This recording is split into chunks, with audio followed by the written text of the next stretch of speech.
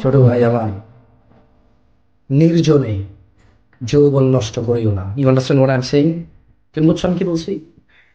একাকিত্বে নির্জনে নিজের যৌবন রুজিক, এটা কেমন আমি তোমার বলি? ওয়াল্লাহি তোমাদের কি হয়েছে ছোট ভাই আমার? তোমরা কেন জিনিসটাকে সহজে নাও না? এরকম মেরে পাশ ভেবে আসে হাসি একটু মন, এটা দেখো হাসলে তোমার ইচ্ছা। দেখো একজন ধরো তো, এটা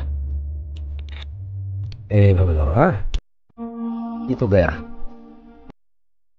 আচ্ছা এটাকে আমরা রিজিক বলি না? কত টাকা আছে এখানে?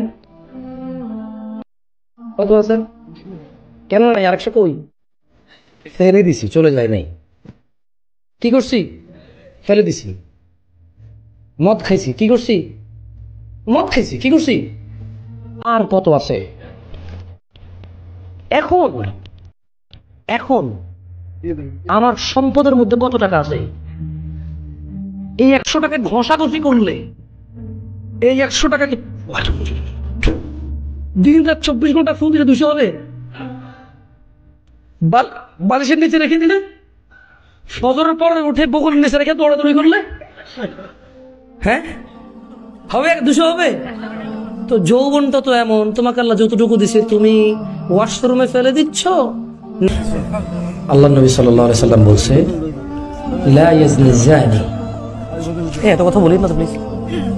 লা ইয়াজনি জানি, কোন জেনাকারী হিনা ইউজনি, জেনা করে না, ওয়া হুয়া মুমিন, ঈমানদার থাকা অবস্থায় কোন জেনাকারী জেনা করে না। তার মানে যখন মানুষ জানা করতে যায় তার সাথে তার ঈমান থাকে না। যৌবন একটা রিস্ক, অবৈধ পথে। আপনি একটা জিনিস জানেন?